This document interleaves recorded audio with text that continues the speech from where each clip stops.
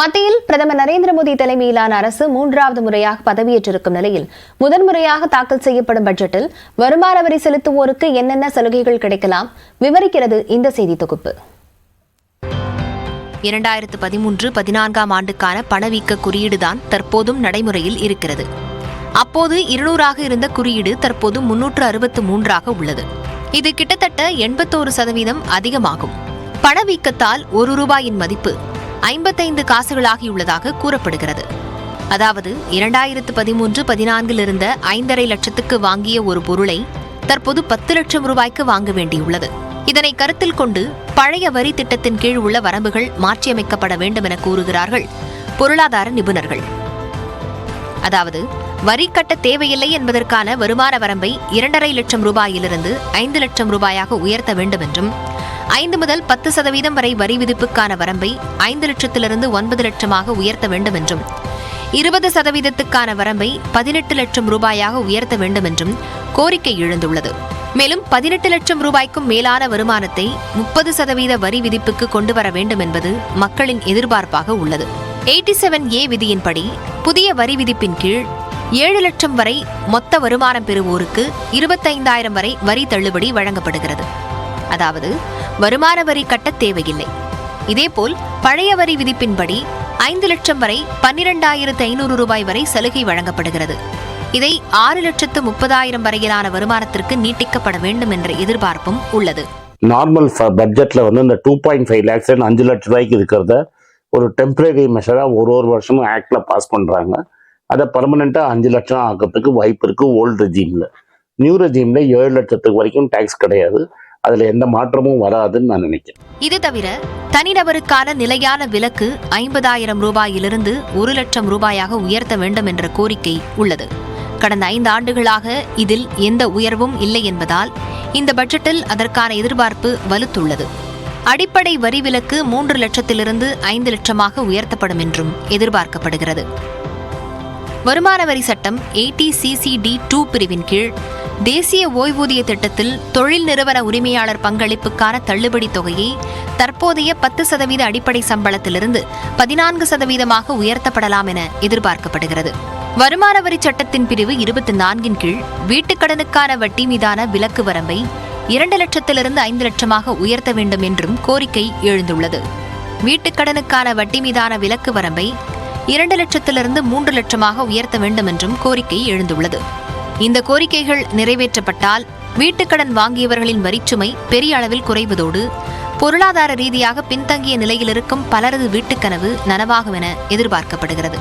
சேமிப்புகளுக்கு விலக்களிக்கும் 80C பிரிவின் கீழான விலக்கு இன்னும் 1.5 லட்சமாக இருக்கிறது. இதை 2 லட்சம் ரூபாயாக உயர்த்த வேண்டும் என்றும் வரி செலுத்துவோரின் எதிர்பார்ப்பாக உள்ளது. 80D பிரிவின் மூலம் 60 வயதுக்கும் குறைவானவர்களுக்கு மருத்துவ காப்பீட்டுக்கான விலக்கை 25,000 50,000 உயர்த்தவும் 60 வயதுக்கு மேலான மூத்த குடிமகன்களுக்கு 50,000 ரூபாயாக உள்ள விலக்கை 1 லட்சமாக உயர்த்த வேண்டும் என்றும் கோரிக்கை எழுந்துள்ளது. நீட் வினாத்தாள் கசிவு தொடர்பாக மக்களவையில் காரசார விவாதம் நடைபெற்றது. இந்திய தேர்வுகளை ஃப்ராட் என ராகுல் காந்தி விமர்சித்த நிலையில் உரக்க பேசுவதால் உண்மையாகிவிடாது என அமைச்சர் தர்மேந்திர பிரதான் கூறினார். நாடாளுமன்ற மழைக்கால கூட்டத்தொடர் தொடங்கியுள்ள நிலையில் நீட் வினாத்தாள் கசிவு தொடர்பாக மக்களவையில் காரசார விவாதம் நடைபெற்றது. பாஜக அரசு பொறுப்பேற்ற பிறகு 7 ஆண்டுகளில் 70 முறை வினாத்தாள்கள் கசிந்துள்ளதாக விருதுநகர் காங்கிரஸ் MP மாணிக்கம் தாக்கூர் குற்றம் சாட்டினார். Sir, in light of the severe breach in the examination process and the significant impact of over 24 lakh students, does the minister accept the responsibility for these failures?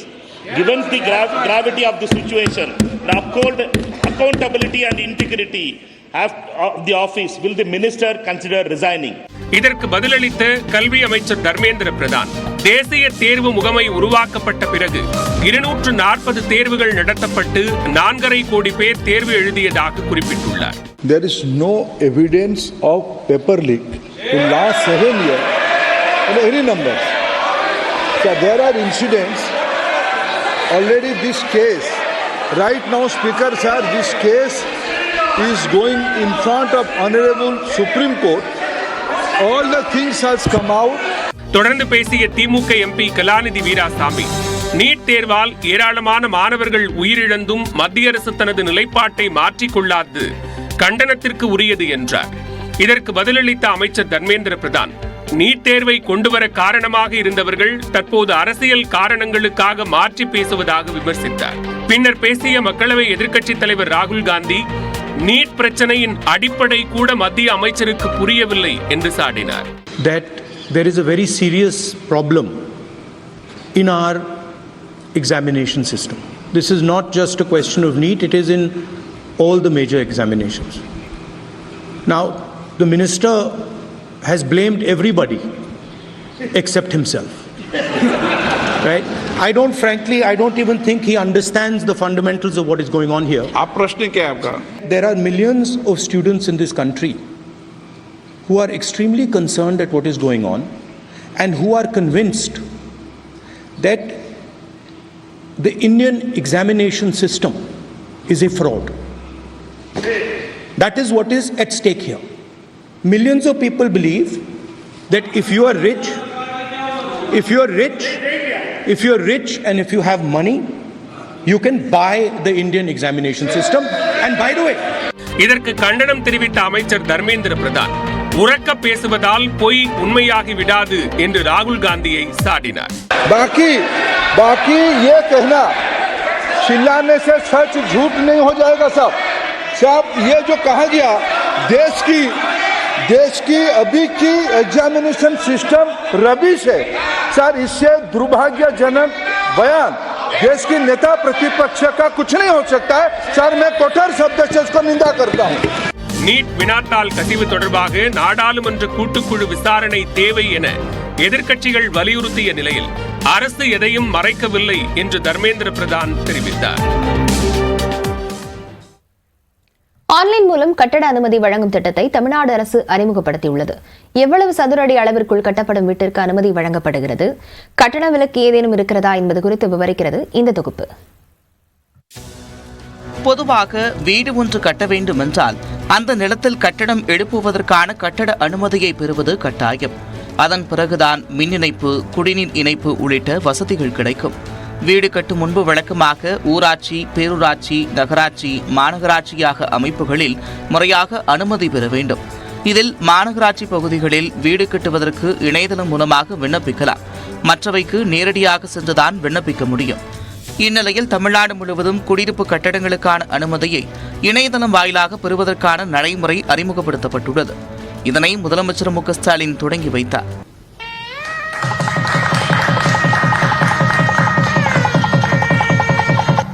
முன்பு ஊராட்சி பகுதிகளில் வீடு கட்ட கிராம பஞ்சாயத்தில் விண்ணப்பித்தால் கட்டட அனுமதி கிடைக்க 7 முதல் 30 நாட்கள் ஆகும். இதேபோன்றுதான் பேரூராட்சி, நகராட்சிகளிலும் காலவிரயம் ஏற்படும். தற்போது அந்த சிக்கல்கள் ஆன்லைன் மூலம் விண்ணப்பித்தால் தவிர்க்கப்படுகிறது. ஊராட்சி பகுதிகளில் கட்டட அனுமதி பெற சதுரடிக்கு 25 ரூபாய் வீதம் கணக்கிடப்படுகிறது. எவ்வளவு சதுரடியில் வீடு கட்டப்படுகிறதோ அதற்கேற்ப கட்டணத்தை செலுத்த வேண்டும். அதோடு சேர்த்து தரை வாடகை என சதுர அடிக்கு 1 ரூபாய் என்ற விதத்தில் கணக்கிடப்பட்டு அதற்கான தொகையும் கட்ட வேண்டும். இதேபோன்று பேரூராட்சி பகுதிகளில் சதுரடிக்கு 25 ரூபாய் வீதம் கட்டணம் வசூலிக்கப்படுகிறது. நகராட்சியை பொறுத்தவரை குறைந்தபட்சமாக சதுர மீட்டருக்கு 200 ரூபாய் என்று கணக்கிடப்பட்டு கட்டட அனுமதி வழங்கப்படுகிறது. இதே நடைமுறைதான் மாநகராட்சி பகுதிகளிலும். ஆனால் மாநகராட்சிகளில் இணையதளம் மூலமாகவும் விண்ணப்பிக்கலாம். இந்த புதிய திட்டத்தின் கீழ் அனுமதி பெறும் கட்டடங்களுக்கும் சாலைக்கும் இடையில் தளர்வு 1.5 மீட்டராக குறைக்கப்பட்டுள்ளது. அது மட்டுமின்றி குராய்வு கட்டணம் சதுர மீட்டருக்கு 2 ரூபாயும், உட்கட்டமைப்பு மற்றும் வசதிகளுக்கான கட்டணங்கள் சதுர மீட்டருக்கு 375 ரூபாயும் வசூலிக்கப்படுவதிலிருந்து விலக்களிக்கப்பட்டுள்ளது. 2500 சதுரடி பரப்பளவு கொண்ட மனையிடத்தில் 3500 சதுரடி கட்டட பரப்பளவிற்குள் தரைத்தளம் அல்லது தரைத்தளம் மற்றும் முதல் தளம் கொண்ட 7 மீட்டர் உயரத்திற்கு உட்பட்டு குடியிருப்பு கட்டடத்தை கட்ட ஆன்லைனில் அனுமதி வழங்கப்படுகிறது.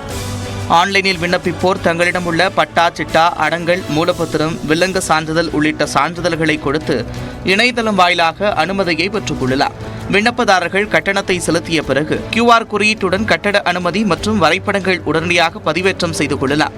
கட்டடம் கட்டுவதற்கான அனுமதி கிடைத்த பிறகு பொதுமக்கள் கட்டடப் பணிகளை தொடங்கலாம். கட்டடப் பணிகள் நடைபெற்று வரும்போது கொடுக்கப்பட்ட தரவுகளின் அடிப்படையில் கட்டடம் கட்டப்படுகிறதா என்பதை அலுவலர்கள் நேரில் ஆய்வு செய்வர். இதன் மூலம் கோடிக்கணக்கான மக்கள் பயன்பெறுவார்கள் என்று அமைச்சர் முத்துசாமி நியூஸ் 18 தமிழ்நாடு தொலைக்காட்சிக்கு தெரிவித்திருக்கிறார். இதில் பல கோடி மக்கள் இதில் பெரிய அளவில் பயன்படுவதற்கு வாய்ப்பு இருக்கிறது. ஒவ்வொரு கிராமத்திலையும் இதில் யார் என்னங்கிற கணக்கெல்லாம் கிடையாது.